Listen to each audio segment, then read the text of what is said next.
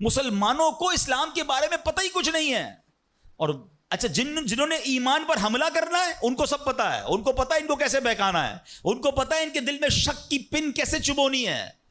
تو خدا را یہ بات سمجھیے کہ اس وقت باقاعدہ ایسے لوگ, ایسے ادارے کام کر رہے ہیں کہ کسی طرح مسلمانوں کا ایمان چھین لیا جائے, ان کو اپنے رب سے ہی جناب یقین ختم کر دیا جائے, اسلام سے ہی ان کو ہلا دیا جائے, مگر فکر ہی کسی کو نہیں ہے. امام عشق و محبت اعلیٰ حضرت نے 100 سال پہلے یہ بات کہی تھی. بتاؤ وہ 100 سال پہلے کے معاملات تھے, اب اور کتنے خطرناک ہو گئے. آپ نے لکھا تھا سونا جنگل رات اندھیری, چھائی بدلی کالی ہے, سونے والو جاگتے رہیو چوروں کی رکھوالی ہے. انہوں نے سمجھایا تھا کہ چور رکھوالے بن گئے ہیں, آپ کو اسلام کے لبادے میں اسلام کی بات کرنے آئیں گے اور ایمان لوٹ کے چلے جائیں گے, پتہ بھی نہیں چلے گا. کہتے ہیں آنکھ سے کاجل صاف چرا لیں یا وہ چور بلا کے ہیں. کیا محاورہ استعمال کیا ہے, آنکھ میں جب کاجل لگا ہوا ہو تو کون نکال سکتا ہے.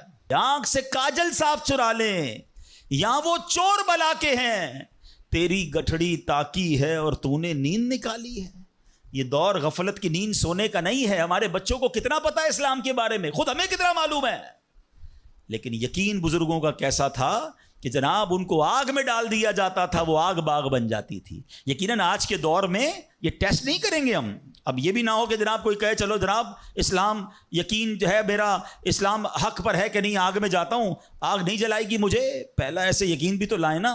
یہ امتحان اور ٹیسٹ کرنا ہمارا کام نہیں, یہ اللہ والوں کا انداز ہوتا تھا. بڑی خوبصورت بات سمجھیے گا کہ ہمیں کس طرح اللہ پر بھروسہ رکھنا ہے. ایک شخص نے حضرت عیسیٰ سے کہا آپ اللہ پر کامل بھروسہ کرتے ہیں؟ کہا بالکل کرتا ہوں. کہا پھر پہاڑ سے کود جائیں, اللہ نے بچانا ہوگا تو تمہیں بچا لے گا. آپ کا رب بچاتا ہے کہ نہیں بچاتا دیکھتے ہیں. کیا خوبصورت جواب دیا حضرت عیسیٰ علیہ السلام نے. آپ فرماتے ہیں اللہ پر بھروسہ ضرور رکھتا ہوں مگر اللہ کا امتحان نہیں لیتا ہوں. تو یہ بھی بات سمجھنے والی ہے. اس طرح کے ٹیسٹ نہیں لیے جاتے اپنے آپ پر, مگر ان واقعات سے سیکھنا کیا ہے کہ یقین کیسا ہونا چاہیے, رب کے فیصلوں پر اطمینان کیسا ہونا چاہیے. سبحان اللہ. انہی حضرت ابراہیم علیہ السلام کا ایک اور واقعہ ہے نا. ایک قافلہ تھا, 3 افراد ہیں, بلکہ اس میں سبحان اللہ 4 افراد ہیں. حضرت ابراہیم, حضرت اسماعیل, بی بی ہاجرہ, اور چوتھے کون تھے؟ حضرت جبرائیل. حضرت جبرائیل راستہ بتا رہے ہیں. یہ پورا قافلہ پیچھے پیچھے جا رہا ہے. کہاں جا رہا ہے؟ حضرت جبرائیل سے حضرت ابراہیم کو اتنا شوق تھا, پوچھتے ہیں اے جبرائیل ہماری منزل آ گئی؟ کہتے ہیں بھی اور آگے. ہماری منزل آ گئی؟ کہتے ہیں بھی اور آگے. لکو دک صحرا میں ایک ٹیلے پر جا کر, کون سی جگہ تھی جہاں آج مکہ آباد ہے؟ کچھ بھی نہیں تھا, کعبہ بھی نہیں تھا. اسی ٹیلے والی جگہ پر بعد میں کعبہ بنایا گیا. بالکل صحرا ہے, نہ پانی ہے نہ کھانا ہے. حضرت جبرائیل نے بتایا اے ابراہیم تمہارا مقام آ گیا ہے. حضرت ابراہیم کی اطاعت دیکھیں کہ وہ بیٹا جو 99 سال کی عمر میں دعاؤں کے بعد ملا ہے.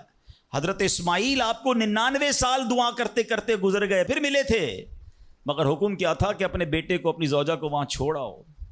حضرت ابراہیم اپنی زوجہ کو, اپنے بیٹے کو جب چھوڑ کر جاتے, تھوڑے سے کھجورے ہیں, پانی ہے, تو بی بی ہاجرہ کیا کہتی ہیں؟ 3 بار کہا کہ ابراہیم کس کے سہارے چھوڑے جا رہے ہیں, کس کے سہارے چھوڑے جا رہے ہیں؟ حضرت ابراہیم نے جواب نہیں دیا. تو آخر میں کہتی ہیں اللہ امرک بہذا, اے اللہ کے نبی کہ اللہ پاک نے آپ کو اس کا حکم دیا ہے؟ آپ نے کہا مجھے رب نے حکم دیا ہے. اب یقین دیکھیں اس خاتون کا, اس ماں کا یقین دیکھیں جس کا چھوٹا بچہ ساتھ ہے, دودھ پیتا بچہ ساتھ ہے, نہ کوئی انسان نہ پرندہ. مگر جب حضرت ابراہیم نے کہا نا کہ ہاں رب کا حکم ہے, تو کیا کہا؟ اے اللہ پاک کے نبی اگر یہ اللہ پاک کا حکم ہے تو پھر آپ خیر سے جائیں, اللہ ہمیں ضائع نہیں کرے گا. رب کا حکم ہے نا, پھر کھانا بھی اسی نے دینا ہے, پانی بھی اس نے دینا ہے, ہماری حفاظت بھی اسی نے کرنی ہے. آئے ہائے یقین کیسا تھا کہ وہ رب رحمان قدرتوں والا ہے. اللہ وہ ہے جو مردے سے زندہ نکال سکتا ہے. اللہ وہ ہے جو دن سے رات کو بناتا ہے, رات سے دن کو بناتا ہے. اللہ پاک وہ ہے جو بنجر زمین کو سرسبز و شاداب بنا دیتا ہے. یہ وہی رب ہے جو صحرا سے چشمے نکال دیتا ہے. اللہ پر یقین تھا کہ اگر پانی نہیں تو کیا ہوا, پانی بھی اسی کی نعمت ہے, وہی عطا فرمانے والا ہے. ارے یہاں کھانا نہیں تو کیا ہوا, رزق دینے والا تو موجود ہے. سبحان اللہ. اور ایسا ہی ہوا. کہا اب خیر سے جائیے, اللہ ہمیں ضائع نہیں کرے گا. کیا خوبصورت شعر ہے نا. یقین مثل خلیل آتش نشینی, یقین مثل خلیل آتش نشینی، یقین اللہ مستی خود گزینی، سن اے تہذیب حاضر کے گرفتار، غلامی سے بدتر ہے بے یقینی۔ کیا ترجمہ ہوا اس کا معنی کیا ہوا؟ یقین کیا ہے؟ حضرت ابراہیم کی طرح بے خطر بغیر ڈرے آگ میں کود جانے کا نام یقین ہے۔ یقین کیا ہے؟ محبت الہی میں غرق ہو جانا اور اپنے آپ کی اصلاح میں لگ جانا یقین ہے۔ اے دور حاضر کی تہذیب کے دیوانوں، بے یقینی جو ہے وہ غلامی سے بھی بری چیز ہے۔ آج بے یقینی کی فضا کیسی ہے؟ یقین ہی نہیں ہے کسی کو، تذبذب، ٹینشن، اللہ پر، دین پر، اپنے دنیا کے معاملات پر یقین ہی نہیں ہے کسی کو، ہر وقت فکروں میں گھرا ہوا ہے۔ اے میرے پیارے اسلامی بھائیوں، آج غربت عام ہے، مشکلات ہیں، ہر دوسرا آدمی مشکلات میں پھنسا ہوا ہے، لڑائی جھگڑے ہیں، نا اتفاقی ہے، دنیا میں کئی جگہ تو مسلمان بیچارے ظلم و ستم کا شکار ہیں۔ اللہ پاک ان کی غیب سے مدد فرمائے۔ الحمدللہ مسلمانوں نے تاریخ میں شاندار کارنامے سر انجام دیے ہیں، اللہ کریم نے مسلمانوں کو بڑی شان و شوکت سے نوازا ہے، مگر اب حالات کسی اور طرح کے چل رہے ہیں۔ کبھی غور کیا اس کی وجہ کیا ہے؟ اس پر تجزیہ کیا جائے تو ایک بڑی وجہ سامنے یہ آتی ہے کہ مسلمانوں میں بے یقینی بڑھا دی گئی ہے۔ پیارے آقا مکی مدنی مصطفیٰ صلی اللہ تعالیٰ علیہ وسلم کا ذرا فرمان سنیے۔ مشہور صحابی حضرت ابو ہریرہ رضی اللہ تعالیٰ عنہ اس حدیث کے راوی ہیں، رسول ذیشان مکی مدنی سلطان صلی اللہ تعالیٰ علیہ وسلم نے فرمایا، ما اخاف علی امتی الا ضعف الیقین۔ آقا فرماتے مجھے اپنی امت پر خوف نہیں ہے مگر یقین کی کمزوری کا،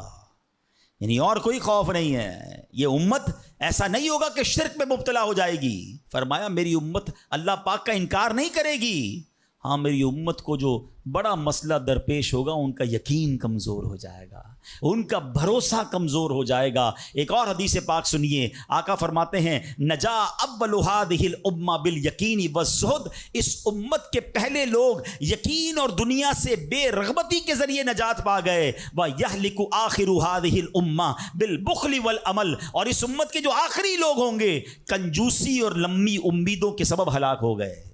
پہلے والے یقین کی وجہ سے کامیاب ہو گئے۔ کیسا یقین تھا؟ 313 تھے نا، مگر بھروسہ رب پر کیسا تھا کہ فرشتوں کی فوج مدد کے لیے آ جاتی ہے۔ اور بعد والے فرمایا کنجوسی ہوگی، لمبی امیدیں ہوں گی۔ کنجوسی کیوں ہوتی ہے؟ مال خرچ کروں گا ختم ہو جائے گا، یقین نہیں ہے نا، یہ پیسے چلے جائیں گے، زکوٰۃ نہیں دیتے لوگ، اللہ کی راہ میں خرچ نہیں کر رہے، لمبی امیدیں بنائیں، یقین نہیں ہے۔ کاش یہ بات سمجھ آ جائے کہ میرے اور آپ کے نصیب میں جو رزق لکھا ہے وہ لکھا ہوا ہے، وہ ہمیں مل کر رہے گا، مگر اسی کی ٹینشن میں زندگی گزر رہی ہے۔ بے یقینی کی کچھ مثالیں میں آپ کو سمجھاتا ہوں۔ ابھی تک شاید کچھ لوگ کہہ رہے ہوں گے یار یہ بات تو ٹھیک کر رہے ہیں، بے یقینی ہونی نہیں چاہیے، مگر ہمیں تو بے یقینی نہیں ہے۔ اب میں کچھ ایگزامپل کے ذریعے سمجھاتا ہوں۔ ہم مانتے تو ہیں اللہ پاک رزق دینے والا ہے، ٹھیک ہے، پھر بھی مال کے پیچھے مارے پھرتے ہیں۔ کوئی لندن پیرس کے خواب دیکھ رہا ہے، کشتیوں کے اندر بیٹھ کر، پچھلے دنوں واقعات ہوئے نا، پیسے دے کر وہ ڈنکی لگا کر جاتے ہیں، کوئی راستے میں مر جاتا ہے، کوئی کشتی میں بیچارے ڈوب گئے۔ کیوں؟ یقین نہیں ہے، ادھر پیسے نہیں ملیں گے ادھر پیسے ملیں گے، کسی طرح ادھر چلا جاؤں یا مر جاؤں گا بھوکا۔ ذرا غور کیجئے، اے میرے پیارے اسلام بھائی، کو سود کا کام کرتا ہے، کیوں کرتا ہے سود کا کام؟ یقین نہیں ہے نا کہ حلال کماؤں گا تو پیچھے رہ جاؤں گا۔ ملاوٹ، رشوت، ڈاکہ، چوری، اگر ان تمام غلط کاموں کے پیچھے آپ دیکھیں تو یقین نہیں ہوتا کہ یار ملاوٹ نہیں کروں گا تو مال نہیں بکے گا، پیسے والا کیسے بنوں گا، غریب ہی رہ جاؤں گا۔ یقین ختم ہو گیا ہے، جس کی وجہ سے ہر دوسرے آدمی کو جناب غلط کام کرنا ہے۔ آگے چلیے، ہم مانتے ہیں نماز دنیا بھی سنوار دیتی ہے، آخرت بھی سنوار دیتی ہے، سنتے بھی ہیں بولتے بھی ہیں، مگر نماز پر دنیا کو ترجیح دیتے ہیں۔ یار نماز پڑھوں گا تو کاروبار پہ، دکان پہ کون بیٹھے گا؟ نماز پتہ ہے آخرت اور دنیا سنوار دے گی، یقین نہیں ہے۔ اسی طرح ہم مانتے ہیں کہ مسلمان کی ترقی قرآن پر عمل کرنے میں ہے، مگر نہ قرآن خود پڑھتے ہیں نہ اپنے بچوں کو پڑھاتے ہیں۔ ہم مانتے ہیں کہ اللہ پاک دعائیں قبول فرماتا ہے، مگر بے یقینی ہے، اول تو دعا مانگتے نہیں ہیں، اور مانگتے ہیں تو یقینی نہیں ہوتا۔ اب یقین کریں، علماء نے لکھا ہے کہ جو بندہ بغیر یقین کے ساتھ دعا مانگتا ہے نا، اس کی دعا قبول ہی نہیں ہوتی ہے۔ یعنی مثال دیتا ہوں، آپ بیمار ہیں یا پریشان ہیں یا کوئی مشکل میں ہیں، دعا کرتے ہوئے یہ خیال آ رہا ہے یار مسئلہ حل ہونا تو نہیں ہے، چلو پھر بھی مانگ لیتے ہیں، علماء کہتے ہیں حل ہی نہیں ہونا ہے، تمہیں رب پر ہی بھروسہ نہیں ہے. اب مثال دیتا ہوں اس کو ایک بلا تمثیل. آپ کا کوئی ملازم ہے، اس کو پیسوں کی ضرورت ہے، اور وہ آپ کے پاس آ کے کہتا ہے صاحب 5,000 روپے کی ضرورت ہے، مجھے لگتا تو نہیں آپ دیں گے، چلیں پھر بھی آپ سے مانگ ہی لیتا ہوں. آپ بتائیں آپ اس کو پیسے دیں گے یا ڈانٹ دیں گے کہ جب تمہیں مجھ پر یقین ہی نہیں ہے تو آئے کیوں میرے پاس؟ مجھے لگتا تو نہیں آپ میری مدد کریں گے، چلیں پھر بھی آپ سے کہہ دیتا ہوں میری مدد. پہلے ہی آپ نے اس بندے کو ناراض کر دیا نا. ہم کہتے نہیں ہیں مگر ہماری بے یقینی یہ کہہ رہی ہوتی ہے، اور اللہ سے دعا کر رہے ہوتے ہیں کہ اللہ مجھے امید تو نہیں تو دے گا، پھر بھی میں مانگ رہا ہوں. توبہ توبہ توبہ. یقین پتہ ہے کیسے کام کرواتا ہے؟ ایک بڑا پیارا واقعہ ہے. ایک گاؤں میں بارش نہیں ہو رہی تھی اور لوگ پیاسے مر رہے تھے، کئی سال ہو گئے بارش نہیں ہو رہی تھی. آخر کار گاؤں والوں نے پلان کیا کہ سارے گاؤں والے جمع ہوتے ہیں اور مل کر دعا کرتے ہیں، نماز استسقاء، اور اس کا ایک پورا طریقہ ہے دعا کا. ایک قطرہ بارش کا نہیں پڑ رہا تھا، مویشی بھی پیاسے، لوگ بھی پیاسے، کنویں بھی سوکھ گئے تھے. اب جب گراؤنڈ میں لوگ جمع ہوئے نا تو ایک نوجوان ہاتھ میں چھتری لے کر آیا. لوگ اس کا مذاق اڑانے لگے، ارے اللہ کے بندے سالوں ہو گئے بارش نہیں ہوئی ہیں، تم چھتری لے کر آئے ہو؟ تو کہتا مانگنے کس سے آیا ہوں؟ اس رب نے بارش تو دینی ہے، واپسی کیا بھیگتا ہوا جاؤں گا؟ اور علماء کہتے ہیں جب دعا شروع ہوتی ہے تو اتنی بارش ہوتی ہے کہ پورا گاؤں بھیگتا جاتا ہے، وہ نوجوان چھتری کے سائے میں جا رہا ہے. فرمایا یہ اس نوجوان کا یقین تھا جس کی وجہ سے یہ بارش ہوئی ہے. کاش یہ بات سمجھ آ جائے. ارے رب پر بھروسہ نہیں کرو گے تو کس پر بھروسہ کرو گے؟ اپنے دین پر، اللہ رسول کے فرمان پر ہی ہمیں بھروسہ نہیں ہے. غور کیجئے، یہ یقین لے آؤ واپس، زندگی میں موج آ جائے گا، زندگی اتنی پرسکون ہو جانی ہے. اگر اللہ کے فیصلوں پر یقین آ جائے، اللہ کی عطاؤں پر یقین ہو جائے، آخرت کے وعدوں پر یقین ہو جائے، نبی پاک کی حدیثوں پر یقین ہو جائے. اعلیٰ حضرت رحمۃ اللہ تعالی علیہ کا کیسا یقین تھا.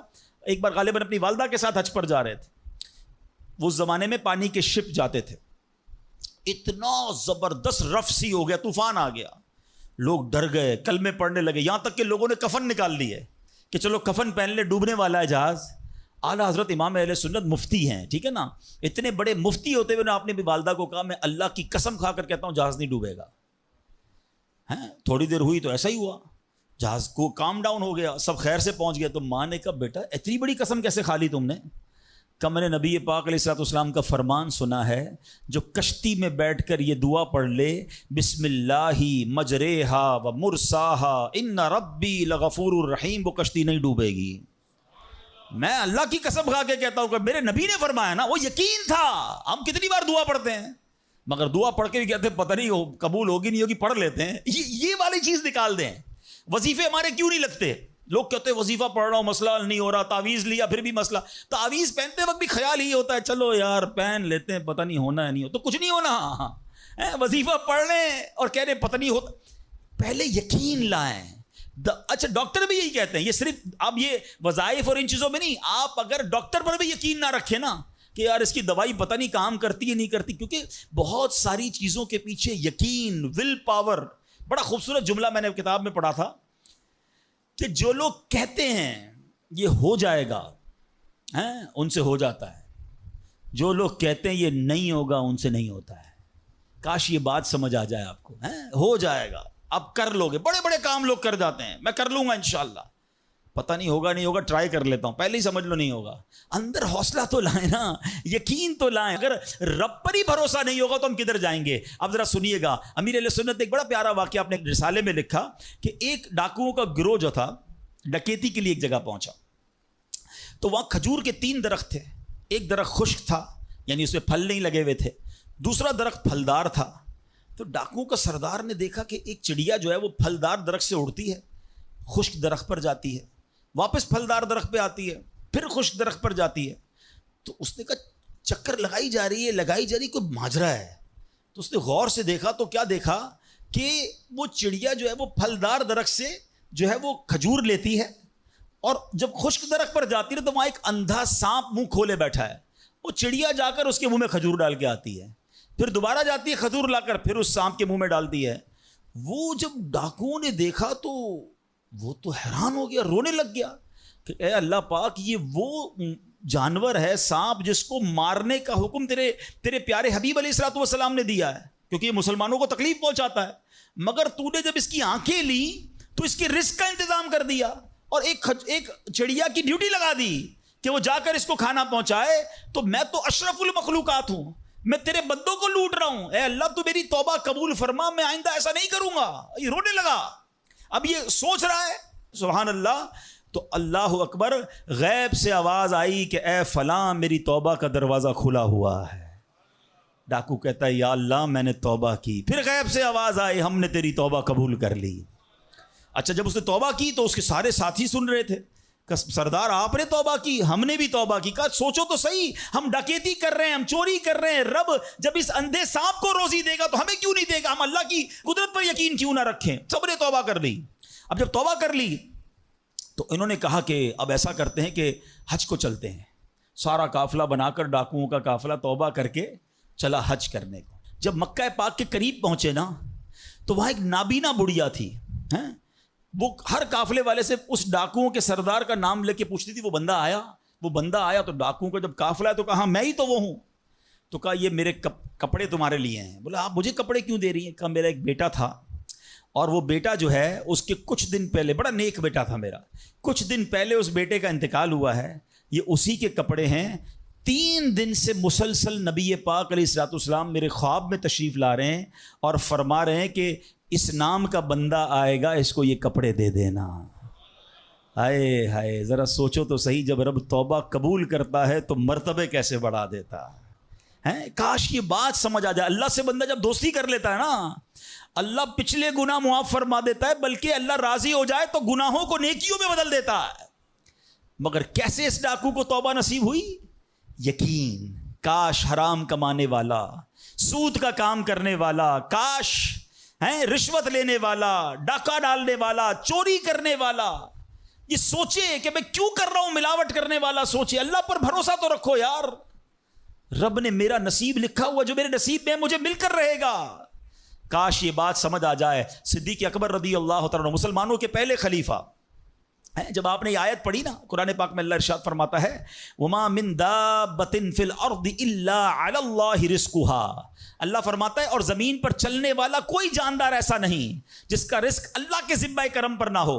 آپ فرماتے ہیں کہ جب سے میں نے یہ آیت پڑھ لی, خدا کی قسم میں نے روزی کی فکر کرنا چھوڑ دی ہے. کہ جب اللہ نے ہر کسی کا رزق اپنے ذمے پہ لے لیا تو مجھے کس بات کی ٹینشن ہے. کاش ہمیں یہ بات سمجھ آ جائے کہ ہمیں اب ذرا غور کریں. ابھی یہ اجتماع ختم ہوگا, اگر میں آپ سب کو کہوں کہ بتائیں آپ کے لیے کیا دعا کروانی ہے, تو تقریباً 70-80% لوگوں نے پتہ کیا کہنا ہے, حضور روزی میں برکت کی دعا کر دیں, کاروبار میں برکت کی دعا کر دیں, نوکری نہیں لگ رہی اس کی دعا کر دیں. میں نہیں کہتا یہ دعا نہیں کرنی چاہیے, اللہ سے نہیں مانگیں گے تو کس سے مانگیں گے؟ لیکن کوئی تو کہے کہ میری ایمان پر موت کے لیے دعا کر دیں, میری قبر جنت کا باغ بن جائے اس کے لیے دعا کر دیں, میں آخرت میں جاؤں تو اللہ مجھ سے راضی ہو جائے اس کے لیے دعا کر دیں. فرق دیکھیں, میری اور آپ کی ٹینشن کیا ہے؟ دنیا, روزی, مال. حالانکہ اس کا وعدہ ہے, دانے دانے پر لکھا ہے کھانے والے کا نام, مجھے مل کر رہے گا. مگر اللہ نے مغفرت کا وعدہ نہیں کیا ہے. اس کی دعا کہاں ہے؟ اس کی ٹینشن کیوں نہیں ہے؟ ایسے کئی لوگ مجھے بھی ملے, آپ کو بھی ملے ہوں گے, یار رات کو نیند نہیں آ رہی, کیوں؟ بس یار کاروبار کی ٹینشن بہت ہے. کبھی زندگی میں ایک رات میری اور آپ کی ایسی گزری کہ اس ٹینشن میں نیند نہ آئی ہو کہ قبر میں جاؤں گا تو قبر جنت کا باغ بنے گی یا دوزخ کا گھڑا بنے گی؟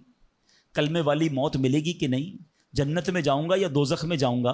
میزان عمل پر جب اعمال تولے جائیں گے, گناہ کا پلڑا بھاری ہوگا یا نیکیوں کا پلڑا بھاری ہوگا؟ یار آج جون جولائی کی گرمی, ہیٹ اسٹروک کی باتیں ہو رہی ہیں, 50 ڈگری میں حال برا ہو گیا. سورج 1 میل پر جب ہوگا اور لوگوں کی پیاس زبان سے باہر زبانیں آئیں گی, مجھے جام کوثر نہ ملا تو میرا کیا بنے گا؟ کبھی اس کی ٹینشن, اس کا وعدہ نہیں ہے. یہ اللہ سے دعا کرنی ہے, اس کے لیے کوشش کرنی ہے. ساری زندگی ایک ہی ٹینشن, چھوٹا گھر ہے تو بڑا کرنا ہے, کاروبار کو وسیع کرنا ہے, اور آمدنی. اور میں نہیں کہتا دعا نہ کریں, کوشش نہ کریں, خدا نہ خواستہ اس کا کوئی یہ مطلب ڈالے کہ چلو بھائی اب تو اللہ نے اپنے ذمہ کرم پر لے لیا تو اب کوئی کام کاج نہیں کرنا. نہیں, دنیا عالم اسباب ہے, اسباب کا کشکول لے کر بارگاہ الہی میں جانا ہے اور توکل والے انداز میں دعا کرنی ہے, تو اپنی رحمت کے سمندر سے ہمارے اسباب کے کشکول میں وہ ہماری روزی عطا فرمائے گا. اسباب اختیار ضرور کرنے, مگر اسی فکر میں زندگی تو برباد نہ کر دینا کہ سارا صبح سے لے کر شام تک ایک ہی ٹینشن. بھروسہ رکھے رب پر، یقین رکھے رب پر. آج حال یہ ہے بچہ پیدا ہو جائے تو ٹینشن، او ہو اب میرا بچہ ہو گیا، اس کی آگے پرورش میں کیسے کروں گا، اس کی تعلیم کا کیا ہوگا، اور خاص طور پہ بچی پیدا ہو جائے تو ایسے بدبخت لوگ ہیں کہ اب جناب بیوی کو برا بھلا کہہ رہے ہیں، خاندان میں جھگڑے ہو رہے ہیں بچی کی پیدائش پر کہ اب اس کی شادی کیسے ہوگی، یہ تو بوجھ آ گئی ہے. معاذ اللہ. سمجھ نہیں آتی کہ جس رب نے بچی دی ہے انشاءاللہ رزق بھی وہی دے گا، اسباب بھی وہی دے گا. ارے جب اس نے مجھے پالا ہے وہ اس کو بھی پالے گا. کیا خوبصورت بات علماء نے لکھی، جو رب ہاتھی کو من اور چونٹی کو کن دے سکتا ہے وہ مجھے بھی میرا رزق عطا فرمائے گا. آپ ذرا سوچیں تو صحیح، کس کس کو رزق دیتا ہے. حدیث پاک کا مضمون ہے تم اللہ پر بھروسہ کرو، جیسا بھروسہ کرنے کا حق ہے وہ تمہیں ایسے روزی دے گا جیسے پرندوں کو روزی دیتا ہے. پرندوں کو سمجھتے کتنی کیسے روزی ملتی ہے؟ کبھی گھونسلے دیکھیں پرندوں کے؟ اچھا پہلے تو یہی نہیں پتا، کراچی والوں کو تو پرندے دیکھنے کو نہیں ملتے. ہم نے درخت کاٹ کے پورا شہری کنکریٹ کا جنگل بنا دیا. ورنہ یہ پوچھے بزرگوں سے، ہم بھی چھوٹے تھے تتلیاں بھی دکھتی تھیں، صبح مدرسے اسکول جاتے تھے تو کوئل کی آواز بھی آتی تھی. اب تو کراچی والوں کے ہارن کی آواز آتی ہے ہم کو. اب تو یہ پرندے بھی چلے گئے. کہاں چلے گئے؟ ہم نے درخت کاٹے، ہمیں اندازہ ہی نہیں کہ درخت ہے کیا. آج گاڑی پارک کرنے کے لیے ہر بندہ درخت کا سایہ ڈھونڈ رہا ہے مگر درخت لگاتا نہیں ہے. کاش یہ بات سمجھ آ جائے کہ جتنے درخت لگتے جائیں گے شہر یا ملک خوشگوار بھی ہوگا، موسم بھی کول ڈاؤن ہو جائے گا. یہ جو آج ہم کہتے ہیں نا اتنی گرمی بڑھتی جا رہی ہے، اس کی ایک بڑی وجہ یہ ہے، یہ میرا موضوع نہیں ہے، لیکن جو موسم کا تغیرات، کلائمیٹ ڈس آرڈر ہے. کاش یہ بات سمجھ آئے کہ پلانٹیشن نہیں ہم کر رہے، ہم پودے نہیں لگاتے بلکہ پودے کاٹ دیتے ہیں. کتنے درخت کاٹے، کتنے جنگل ختم کر دیے ہم نے. الحمدللہ دعوت اسلامی کا شعبہ FGRF، اب پلانٹیشن ہم کرتے چلے جا رہے ہیں. 30 لاکھ پودے لگائے مگر یہ تھوڑے ہیں. کاش میری یہ بات لوگ سن رہے ہوں کہ اگر آپ نے اپنے آنے والی نسلوں کو خوشگوار موسم دینا ہے، اچھے حالات دینے ہیں، ٹھنڈی چھاؤں دینی ہے، آکسیجن کی فیکٹریاں دینی ہیں، تو ہم سب کو کم از کم ایک پودا لگانا چاہیے. 24 کروڑ پاکستانی سب صرف ایک پودا لگائیں اور اس پودے کو درخت بنائیں. صرف پودے کو بچے کی طرح پالیں. آپ یقین کریں ہمارا ملک ایک پورا ملکی باغ بن جائے گا. تو اب ذرا سوچیں کہ ہمیں یہ بات سمجھنی ہے کہ یہ گھونسلے، یہ جو حدیث میں سنا رہا تھا بات کہاں سے چلی کہ اللہ پرندوں کو کیسے رزق دیتا ہے. آپ کو پتہ پرندے کتنے؟ ایک تحقیق کے مطابق اس دنیا میں جتنے انسان ہوتے ہیں نا ملٹی پلائی بائی 10 جانور ہوتے ہیں. اگر 800 کروڑ انسان ہیں، 8 ارب کے قریب آبادی ہو گئی دنیا کی، 800 کروڑ 8 ارب، تو آپ سمجھو کہ 80 ارب جانور ہیں دنیا میں. اور کہا جاتا ہے ملٹی پلائی بائی 10 کریں اس کو تو اتنے پرندے ہوتے ہیں. یعنی اس کا مطلب 800 ارب کم و بیش پرندے ہیں دنیا میں. آپ نے پرندوں کے گھونسلے دیکھے کبھی؟ یہ جب گھر سے صبح اڑتے ہیں نا اپنے گھونسلے سے، سب کے پیٹ خالی ہوتے ہیں. گھونسلے میں کوئی کبڈ نہیں ہوتی ہے، کوئی شام کا دوسرے دن کا چارہ نہیں ہوتا ہے، بچے چھوٹے چھوٹے چھوڑ کر جاتے ہیں. مگر یہ 800 ارب پرندے جب شام کو گھونسلے میں آتے ہیں اللہ سب کو رزق دے چکا ہوتا ہے. کوئی پرندہ دنیا میں بھوکا نہیں سوتا. کیا خوبصورت بات. سمجھو اس کا مزہ لو نا. رب ہاتھی کو من دیتا ہے، اس کو ہاتھی کو کتنا کھانا چاہیے؟ دنیا میں کتنے ہاتھی ہوں گے؟ اس کو روز کے منو کھانا مل جاتا ہے. اور چونٹی کو کن چاہیے ہوتا ہے چھوٹا سا، وہ رب اس کو کن بھی دے دیتا ہے. پرندوں کو روزی دے دیتا ہے. اور جو اشرف المخلوقات ہیں وہ ٹینشن کھا رہے ہیں. وہ کبھی بلڈ پریشر کی گولی، تو کبھی شوگر کی گولی، کبھی ڈاکٹر کے پاس. ٹینشن بہت ہے ڈاکٹر صاحب 2 سال بعد کیا ہوگا، مارکیٹ ڈاؤن. ارے بھائی تب سب چیزوں کا وعدہ ہے اور تم اس ٹینشن میں رہ گئے. ارے یہ کوشش کرنی تھی تو آخرت کی کرنی تھی، اللہ کو راضی کرنے کی کرنی تھی. لیکن ان تمام باتوں کے باوجود جیسے میں نے کہا نا کہ چھوڑنا نہیں ہے کام کاج. کچھ بے وقوف لوگ یہ سمجھ رہے ہوتے ہیں ایسا نہیں ہوگا. بڑی خوبصورت ایک بات اور کر دوں کہ اللہ پر بھروسہ کیسا کرنا ہے. ایک صوفی بزرگ شیخ سعدی لکھتے ہیں کہ ایک شخص تھا گھر سے محنت مزدوری کے لیے کام کاج کے لیے نکلا. اس نے دیکھا کہ ایک لومڑی ہے، اندھی ہے، اپاہج ہے، نہ دیکھ سکتی ہے نہ چل سکتی ہے. وہ حیران ہو گیا، ہاتھ پیر بھی نہیں، آنکھیں بھی نہیں، یہ لومڑی کھاتی کہاں سے ہے؟ چیک کرتا ہوں. تھوڑی دیر بیٹھا تو ایک شیر آیا. شیر نے کہیں سے شکار کیا تھا، وہ اپنا شکار لومڑی کے آگے ڈال دیا. اندھی لومڑی، اس نے جو کھانا تھا کھایا، باقی شیر لے کے چلا گیا. اس نے کہا کمال ہے جناب، اپاہج لومڑی کو رب رزق دیتا ہے تو مجھے کیا ضرورت ہے نوکری کرنے کی، مجھے کیا ضرورت ہے کام کاج کرنے کی. جا کے بیٹھ گیا مسجد میں. 3 دن ذکر کرتا رہا، عبادت کرتا رہا، ایک دانہ کھانے کو نہیں ملا. اللہ اللہ اللہ اللہ کر رہا ہے. اس کے بعد جب بھوک سے بحال ہو گیا تو اللہ سے فریاد کی، یا اللہ مجھے کوئی رزق نہیں ملا۔ کیا شاندار ارشاد ہوتا ہے، ابھی کیسا زبردست جملہ ہے۔ ارشاد ہوا تو نے لومڑی دیکھی ہے، شیر نہیں دیکھا ہے؟ لومڑی کیوں بننا ہے؟ شیر بننا، اپنا رزق بھی کما اور دوسرے کو کھلانے والا بن جا۔ کچھ لوگ سمجھتے مجھے کوئی اور کھلا ہے، میرا بھائی کما رہا ہے، میں گھر میں بیٹھا مزے کرتا رہا ہوں۔ نہیں، فرمایا ایک بلکہ واقعہ آتا ہے، ایک بزرگ کے بارے میں آتا ہے، ایک شخص گیا، کہا میں نمازیں پڑھ رہا ہوں، عبادت کرتا ہوں، میرا بھائی مجھے سپورٹ کرتا ہے، وہ روزی کماتا ہے۔ فرمایا تیرا بھائی تجھ سے زیادہ افضل ہے۔ اللہ کو یہ پسند ہے کہ بندہ اپنے ہاتھ سے کمائے، کسی پر ڈیپینڈیبل نہ رہے، کسی پر بوجھ نہ رہے، یہ شریعت کو محمود ہے۔ کوشش کرنی ہے، پھر اس کے بعد اللہ پر چھوڑ دینا ہے۔ کوشش سے انکار نہیں ہے، مگر صرف کوشش کرتے کرتے نمازیں بھی جا رہی ہیں، بھروسہ بھی رب پہ جا رہا ہے، یقین بھی ختم ہو رہا ہے، صبح سے شام مال کما رہا ہے، یہ پسندیدہ نہیں ہے۔ تو ان دونوں چیزوں میں فرق کرنا ہے اور اللہ پر یقین رکھنا ہے، پھر دیکھیں انشاءاللہ کیسے دنیا اور آخرت کی برکتیں ملتی ہیں۔ تو بہرحال میرے پیارے اسلامی بھائیوں، کاش یقین مل جائے تو پھر دیکھیں یقین کیسے کام بناتا ہے۔ امام حسن بصری نے ایک حدیث پاک بیان کی، آپ فرماتے ہیں، حدیث سنیے گا، پیارے آقا علیہ الصلوۃ والسلام فرماتے ہیں، لوگوں کو اس دنیا میں سب سے بہترین چیز یقین اور عافیت عطا کی گئی ہے، لہٰذا اللہ پاک سے ان دونوں چیزوں کو سوال کیا کرو، اللہ سے یقین مانگیں اور اللہ سے عافیت مانگے۔ امام حسن بصری جب حدیث پاک بیان کی نا تو فرمایا، رسول اکرم علیہ الصلوۃ والسلام نے سچ فرمایا، یقین ہی کی برکت سے جنت ملتی ہے، یقین ہی کی برکت سے آدمی جہنم سے دور بھاگتا ہے، یقین ہی کی برکت سے فرائض پورے ادا کرتا ہے، یقین ہی کی برکت سے آدمی ایمان پر ثابت قدم رہتا ہے، اور عافیت میں بڑی بھلائی رکھ دی گئی ہے۔ اے کاش ہمیں یقین ملے، ہمیں عافیت ملے۔ حدیث پاک میں آتا ہے، حدیث قدسی ہے، اللہ پر کیسا بھروسہ رکھنا ہے؟ انا عند ظن عبدی بی، میں اپنے بندے کے گمان کے نزدیک ہوتا ہوں جو مجھ سے رکھے۔ مفتی احمد یار خان نعیمی اس حدیث پاک کے تحت فرماتے ہیں، یہاں عبد سے مراد بندہ مومن ہے، یعنی بندہ میرے بارے میں جیسا یقین رکھے گا میں ویسا ہی اس کے ساتھ معاملہ کروں گا۔ بس یہ سمجھ لو آج بات، میرا اللہ بہتر فرمائے گا، رب میرے لیے بہترین فیصلہ کرے گا، وہ مجھے پالنے والا ہے، میری ماں سے زیادہ چاہنے والا۔ یقین تو کرو نا اس پر، لوگوں کو اللہ پر ہی یقین نہیں رہا ہے، میرا تو کام ہی خراب ہو جاتا ہے، اللہ معاذ اللہ، اب اس پہ کفریہ کلمات بھی کہہ دیتے ہیں، میرا تو جناب مسئلہ ہی حل نہیں ہوتا، میری دعا تو رب سنتا ہی نہیں ہے، میری مشکل آسان وہ کرتا ہی نہیں ہے۔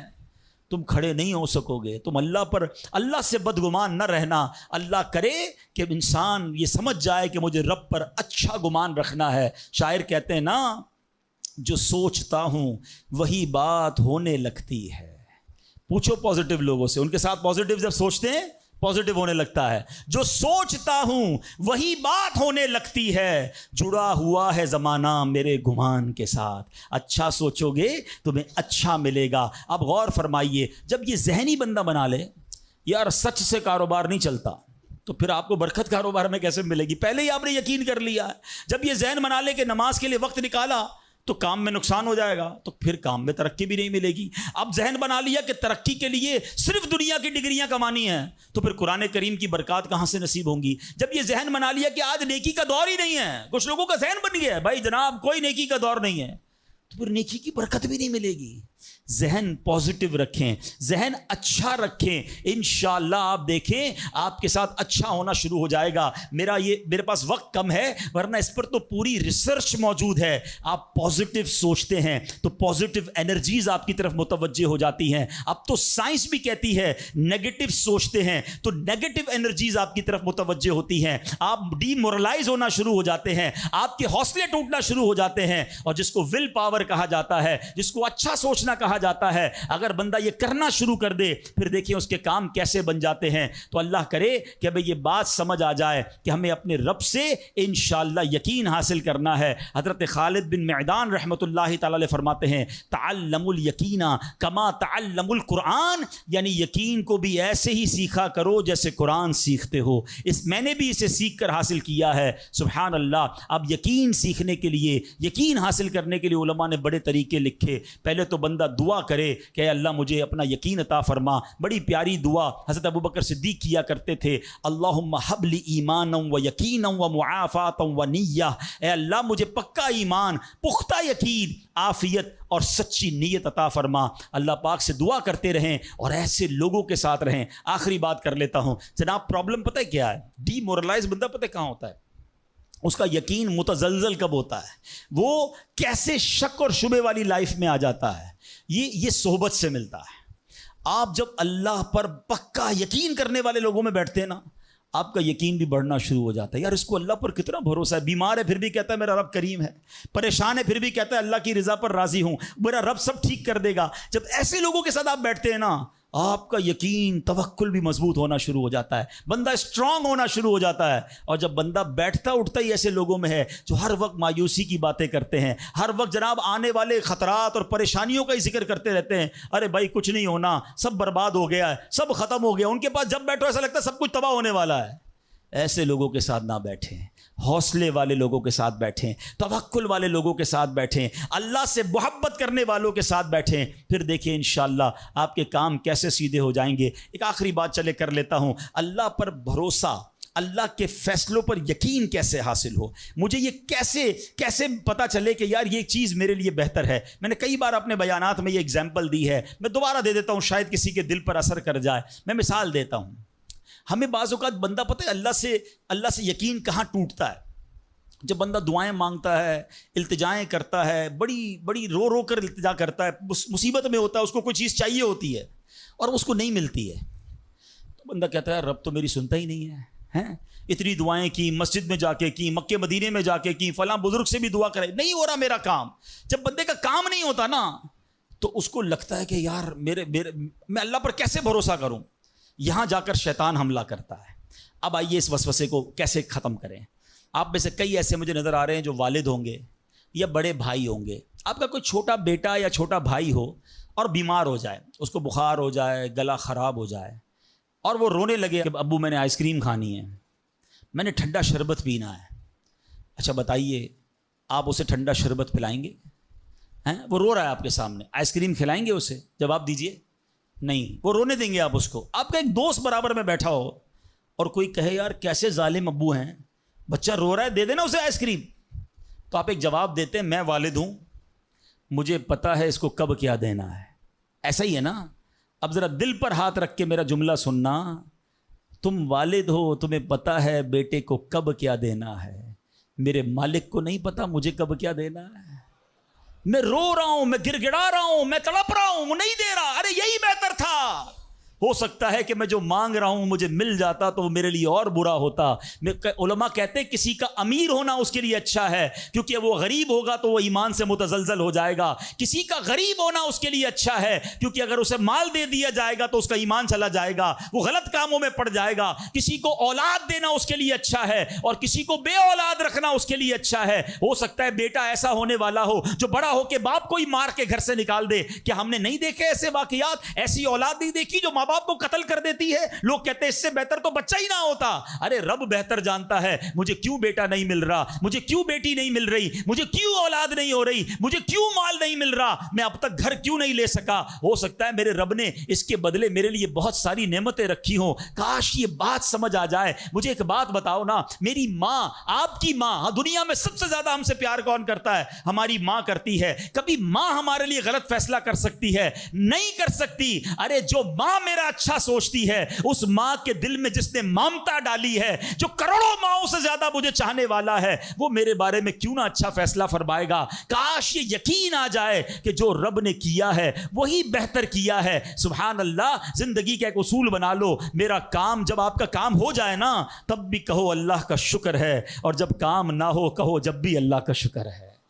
میرے لیے یہی بہتر ہوگا. آپ مزے میں آ جاؤ گے.